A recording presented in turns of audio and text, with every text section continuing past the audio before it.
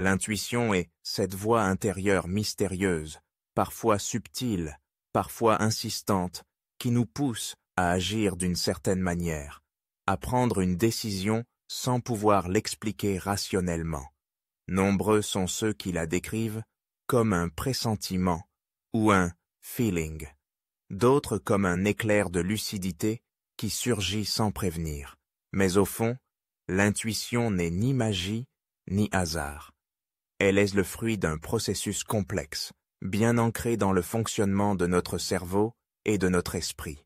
Souvent qualifiée de sixième sens, l'intuition se distingue de nos autres modes de perception. Là où la logique raisonne, pèse, analyse, l'intuition ressent, perçoit, saisit. Cette capacité de compréhension immédiate agit comme un raccourci de la pensée. Elle contourne volontairement le raisonnement conscient et analytique pour nous offrir un aperçu global, clair et fiable, parfois à une vitesse fulgurante. Ce mécanisme n'est pas réservé à des individus extraordinaires. Il est en chacun de nous, attendant simplement d'être reconnu et cultivé. Chez l'enfant, l'intuition s'exprime naturellement. Avant même d'avoir acquis une structure logique solide, un enfant peut pressentir l'attitude d'une personne, ressentir une ambiance dans une pièce, décider qu'un jeu est risqué ou inapproprié. Petit à petit, le développement du raisonnement et l'éducation rationalisent notre perception du monde. Dans une société où la science, la technologie et la logique sont mises sur un piédestal, ce don inné est souvent relégué au second plan, sous-estimé, voire méprisé. Pourtant, des recherches actuelles montrent que l'intuition est une forme d'intelligence à part entière, intime, complémentaire à notre raisonnement. De grandes découvertes reposant sur des éclairs intuitifs.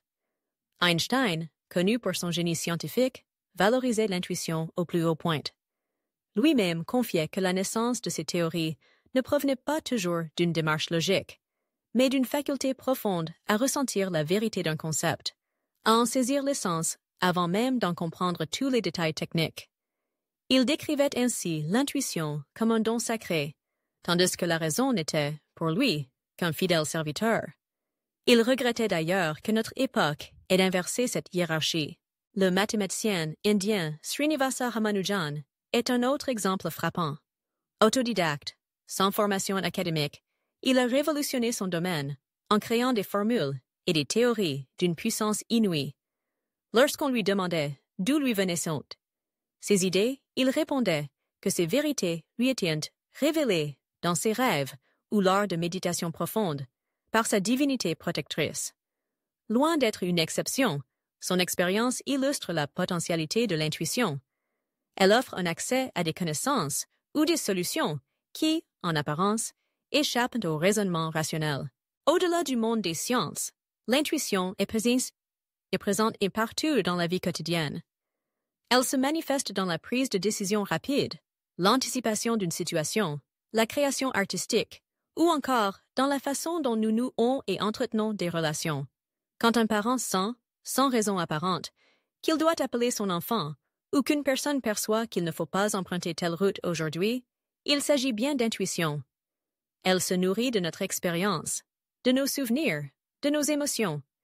Elle traite silencieusement des milliards d'informations accumulées dans l'inconscient et nous livre sa conclusion de façon immédiate, brève mais puissante. Toutefois, dans un monde saturé d'informations et de sollicitations, l'accès à l'intuition demande une certaine réceptivité. L'esprit encombré lutte à saisir les signaux subtils que l'intuition nous envoie.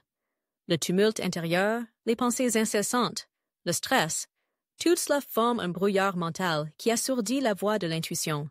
Apprendre à calmer le mental devient alors la première étape pour développer cette faculté précieuse. Pour cela, la méditation est un outil incontournable. Accorder chaque jour ne serait-ce que quelques minutes au silence, à la pleine conscience de sa respiration et de ses sensations, permet d'apaiser le flot des pensées. Progressivement, dans ce calme intérieur, les messages intuitifs apparaissent clairs, évidents, presque familiers.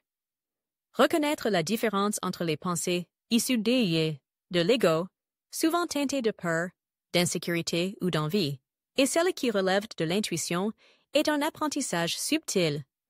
L'intuition se manifeste par des messages brefs, neutres, immédiatement compréhensibles. Apprendre à écouter son corps est un autre chemin d'accès à l'intuition. Notre organisme est un incroyable détecteur d'ambiance et de signaux faibles. Parfois, un léger malaise, une tension dans la nuque, ou au contraire, un sentiment de chaleur et d'ouverture, sont les expressions physiques de notre intuition. Prendre le temps de s'arrêter, d'observer ces sensations, sans chercher à les nommer, ni à les juger, permet de se reconnecter à cette forme de sagesse corporelle. Certaines pratiques corporelles, telles que le yoga, la marche consciente, le tai chi ou le qigong, sont également recommandées pour harmoniser le corps et l'esprit, stimulant ainsi la réceptivité intuitive. Ces disciplines favorisent un état de présence à soi-même, dans lequel l'intuition peut émerger plus aisément. La confiance en soi joue un rôle central dans l'exploitation de l'intuition. Oser suivre ses impressions, même si elles vont à contre-courant de la logique ou de l'opinion générale, demande du courage. Il s'agit d'un véritable entraînement, d'une pratique quotidienne, écouter sa petite voix intérieure, prendre des décisions en s'appuyant sur elle, puis observer objectivement les résultats. Plus l'expérience s'accumule, plus la confiance s'installe, et l'intuition devient une alliée fidèle, digne de confiance. Les arts divinatoires comme le tarot offrent aussi un terrain de jeu privilégié pour développer l'intuition. Ces outils symboliques ne servent pas à prédire l'avenir, mais à se connecter à soi, à solliciter l'esprit d'ouverture, à explorer de nouvelles perspectives. La manipulation des cartes d'oracle, par exemple, sollicite le cerveau intuitif, invite à ressentir les images, à interpréter les symboles, à faire confiance aux messages qui surgissent spontanément. L'influence de notre environnement n'est pas à négliger. Les croyances, les peurs et les attentes des personnes que nous côtoyons orientent imperceptiblement nos propres ressentis. Prendre du recul, s'accorder des moments de solitude, permet de distinguer ce qui relève de notre intuition personnelle de ce qui procède de l'influence extérieure. Enfin, la connexion à certains éléments naturels, comme les pierres liquides carististo, peut favoriser à estinter la réceptivité innée intuitive. Porter ou méditer avec des cristaux associés au chakra du troisième œil, tels que la labradorite, l'améthyste ou la pierre de lune, aiderait à ouvrir ce canal de perception subtile. Développer son intuition, c'est finalement offrir à son esprit un espace de liberté, sortir des sentiers battus, accepter de ne pas tout comprendre immédiatement, mais faire confiance à son ressenti profond. C'est apprendre à naviguer sa vie non seulement avec la tête, mais aussi avec le cœur. L'intuition n'est pas là pour remplacer la logique, mais pour l'enrichir, l'orienter et, parfois, la transcender. En cultivant un esprit réceptif, libre et ouvert, en écoutant votre corps, en méditant, en vous accordant des moments de calme, en pratiquant des arts symboliques, ou en vous entourant d'éléments favorisant l'introspection, vous pourrez développer et affiner cette merveilleuse faculté. L'intuition, une fois épanouie, devient alors un guide précieux, capable de vous conduire sur votre propre chemin, de vous inspirer des solutions inédites et de révéler des trésors cachés au plus profond de vous-même.